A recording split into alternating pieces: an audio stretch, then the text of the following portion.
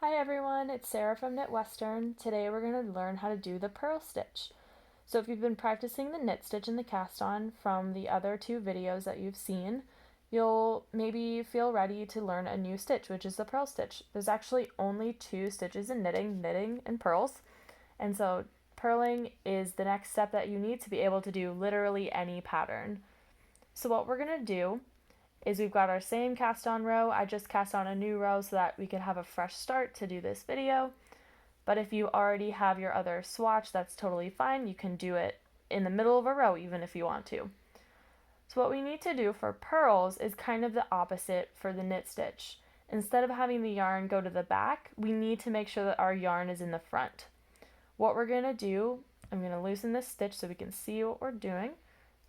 What we're going to do is we're going to push our right needle into the front. So no longer is the right needle behind and under the left needle, it's actually in front of and on top of the left needle. So once we've got our needle in place, we are going to wrap our yarn like so, around under the back of the right needle and towards us on the left side. Then what we're going to do is kind of the same as knitting. We need to make sure that we're holding on to that yarn while we hold onto the right needle. And what we're going to do is slowly and carefully push our right needle through the loop to the back, so behind the left needle. Then we're going to pull this loop that's on the left needle carefully off, just like so. So that's a purl stitch. We're going to do it again. We're going to go in through the front of the stitch, wrapping from the right side around the back to the left, carefully pulling down and going through to the back, and pulling the stitch on the left part off. So I'm just going to do it a few more times so that you can see what happens at the end of a row. If you need to pause the video, go ahead. You can rewatch any parts that you need to. Take as much time as you need. And I'm just going to keep going here till we get to the end of the row.